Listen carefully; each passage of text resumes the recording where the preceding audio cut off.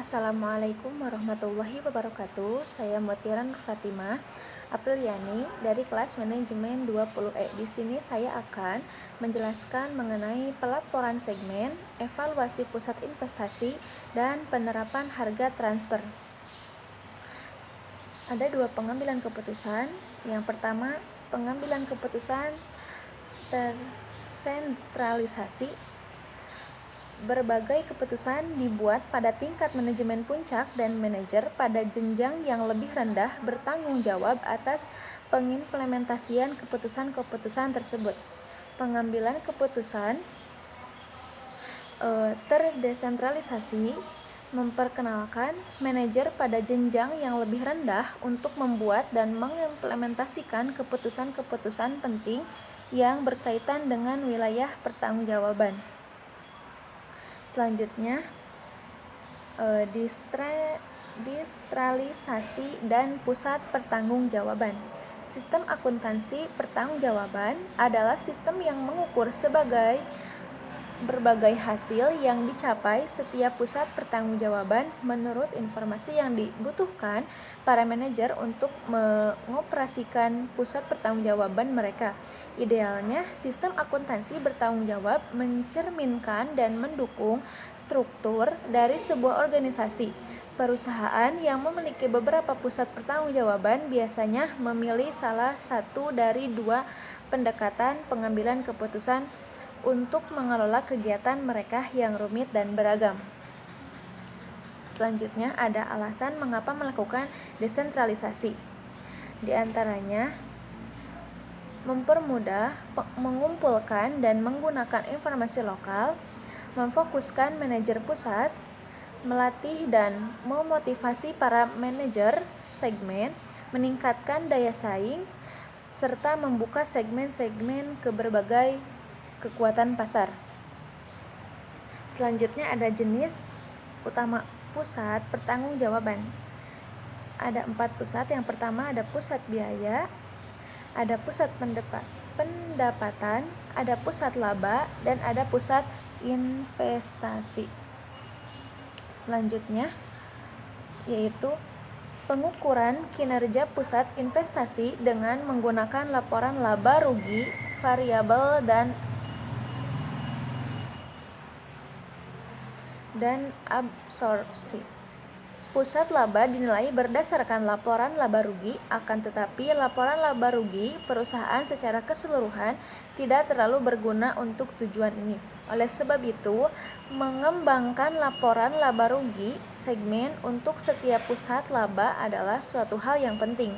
Dua metode perhitungan laba yang telah dikembangkan yaitu berdasarkan perhitungan variabel dan berdasarkan biaya penuh atau absorpsi. Keduanya merupakan metode perhitungan biaya yang berkaitan dengan cara menentukan biaya produk.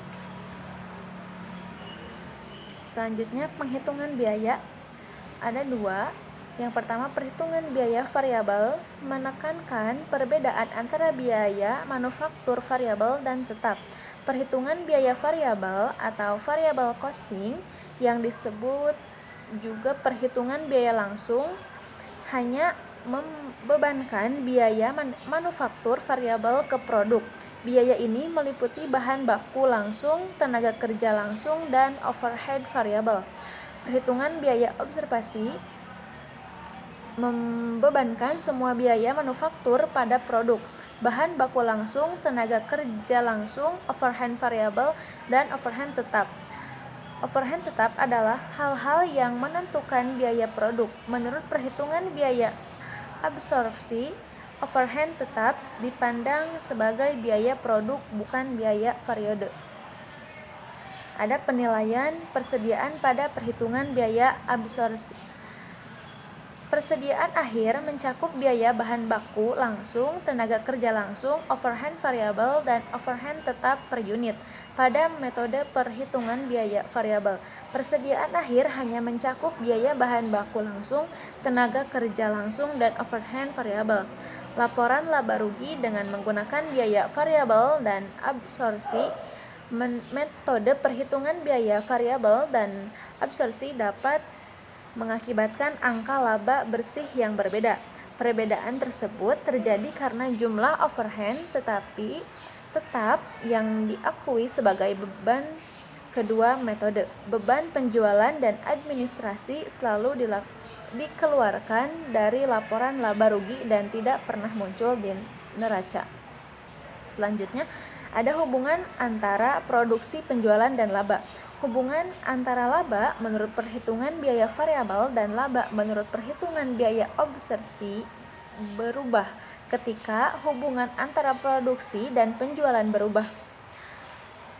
Jika barang yang terjual lebih banyak dari yang diproduksi, maka laba menurut perhitungan biaya variabel akan lebih tinggi dari laba menurut perhitungan biaya absorpsi.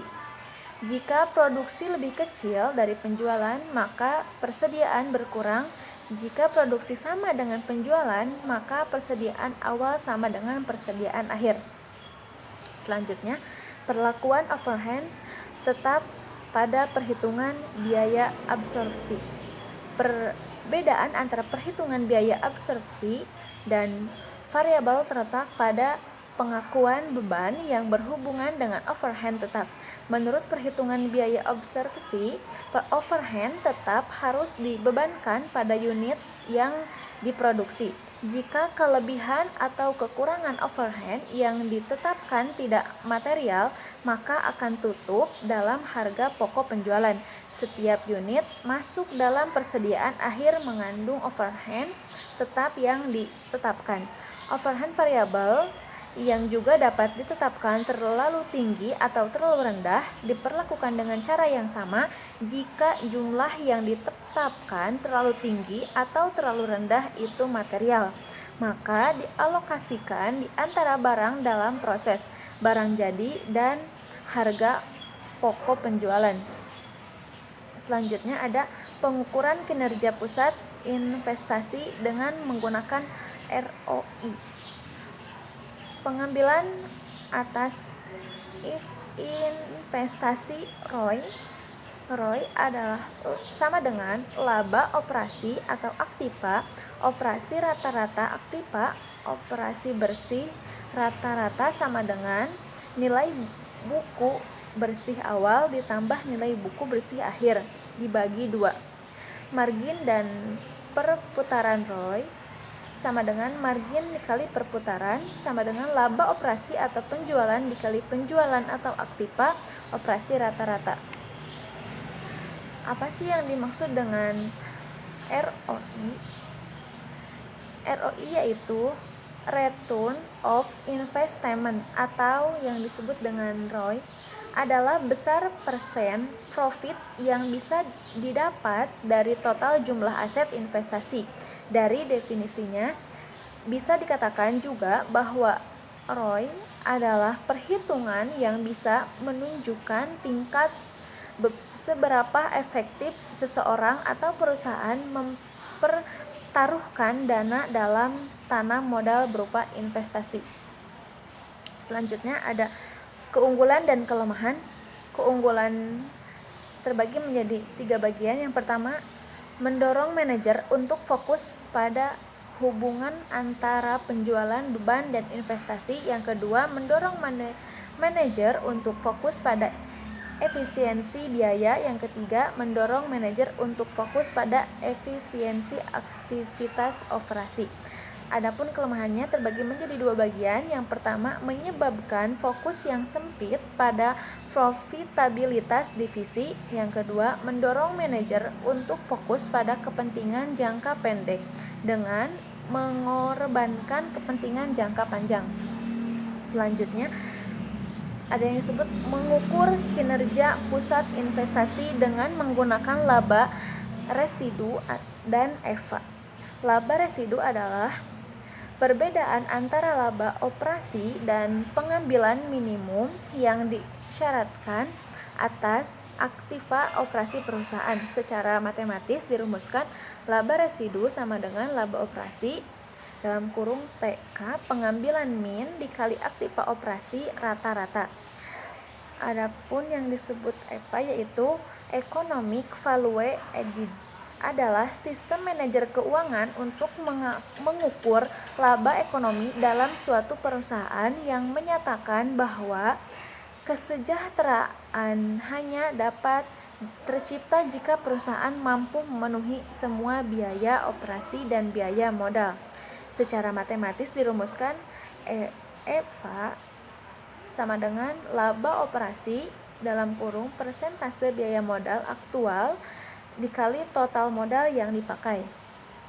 Selanjutnya, penerapan harga transfer. Dampak penerapan harga transfer terhadap divisi dan perusahaan secara keseluruhan. Penetapan harga transfer adalah yang dibebankan untuk suatu komponen oleh divisi penjual pada divisi pembeli di perusahaan yang sama.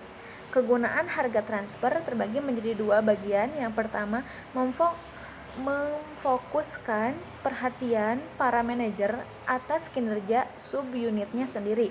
Yang kedua, merencanakan dan mengordinasikan tindakan-tindakan dari subunit-subunit yang ada untuk memaksimalkan laba perusahaan secara keseluruhan.